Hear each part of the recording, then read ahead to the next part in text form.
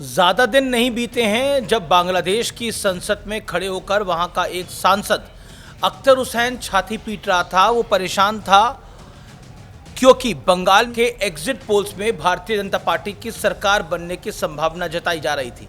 अख्तर हुसैन कह रहा था कि बीजेपी जीती और ममता बनर्जी अगर हारी तो बंगाल से सारे बांग्लादेशियों को वापस यहां धकेला जाएगा, यानी बांग्लादेश में। इसकी वजह से ढाका में शरणार्थी संकट खड़ा हो सकता है।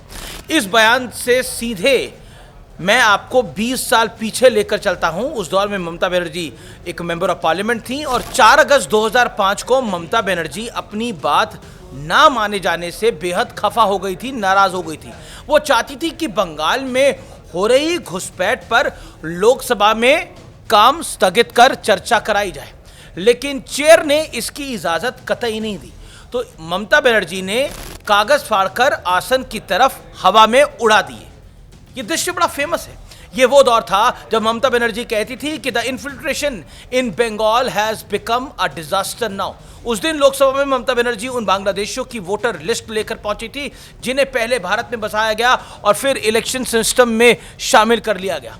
और उस दौर में और इस दौर तक, यानी बांग्लादेशी घुसपैठियों की धुर विरोधी वाली इमेज से घुसपैठियों को बंगाल में बसाने वाले आरोपों तक, ममता बनर्जी ने अपने करियर में 360 डिग्री का ट्विस्ट एंड टर्न देखा है। टर्न ऐसा कि जिस देश के घुसपैठियों को बंगाल में बसाने का उन पर आरोप है, उसी देश के एक मेंबर ऑफ पार्लियामेंट इस बात की गवाही भी दे रहे हैं। आपको वो पुरानी दीवार फिल्म याद है, अमिताभ बच्चन वाली, जिसमें वो कहते हैं कि मैं फेंके हुए पैसे नहीं उठाता।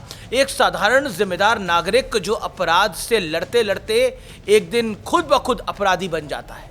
दीदी के करियर ग्राफ को देखकर इतना ही कंट्रास्ट दिखाई देता है जितना कंट्रास्ट दीवार फिल्म में अमिताभ बच्चन के कैरेक्टर में देखने को मिला था। यह कंट्रास्ट इतना ब्राइट है कि ममता बनर्जी के चुनाव में हारने के बावजूद भी बांग्लादेश में उनकी फैन फॉलोइंग, उनकी लोकप्रियता कम होने की बजाय और बढ़ गई है, क्योंकि बांग्लादेश के कट्टरपंथी संगठन जमात के नेता महमूद नूरुल हुदा ने ममता बनर्जी से अपील की है कि वो इस्तीफा ना दें, दिल्ली के साथ युद्ध छेड़ दें। सोचिए क्या कुछ हो रहा है, और भारत से बगावत कर लें, बंगाल को स्वतंत्र राज्य घोषित कर दें। नूरुल हुदा ने वादा किया है कि अगर ममता बनर्जी ऐसा कर देती हैं, बांग्लादेश के 17 करोड़ लोग उनके साथ खड़े हो जाएंगे। अपने साथ खड़े हो जाओ पहले, फिर हमारे पश्चिम बंगाल के साथ खड़े होना। गृह मंत्री अमित शाह ने एक बार नहीं कई बार कहा है, बार बार कहा है, यहां तक कि संसद में ऑन रिकॉर्ड भी बयान दिया है कि हर जगह बॉर्डर पर फेंसिंग का काम पूरा हो चुका है, लेकिन बंगाल में 450 किलोमीटर पर फेंसिंग का काम लटका हुआ है, अटका हुआ है, क्योंकि कई चिट्ठियों और मीटिंग्स के बावजूद ममता बनर्जी की सरकार ने, जो पहले थी, और पार्टी ने सहयोग नहीं किया।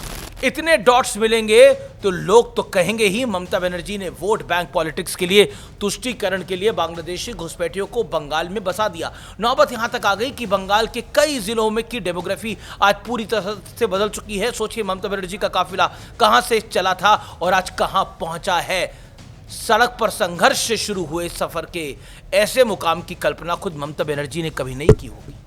शायद यही वजह है कि ममता बनर्जी की विदाई के बाद से बंगाल में जश्न का माहौल है। ये जश्न किसी पॉलिटिकल पार्टी का नहीं, ये आंसू किसी पार्टी के कार्यकर्ताओं के नहीं, बल्कि आम जनता के हैं। सड़कें टोलबाजों से आज़ाद हो रही हैं। कांग्रेस लेफ्ट सबके दफ्तर सालों बाद टीएमसी के चंगुल से छूट रहे हैं। कॉलेज में जबरन लगाई गई तृणमूल नेताओं की तस्वीरें अब स्टूडेंट्स अपने हाथों से सड़क पर फेंक रहे हैं। दौर बदल गया है, मानो बंगाल को एक और आज़ादी मिल गई हो।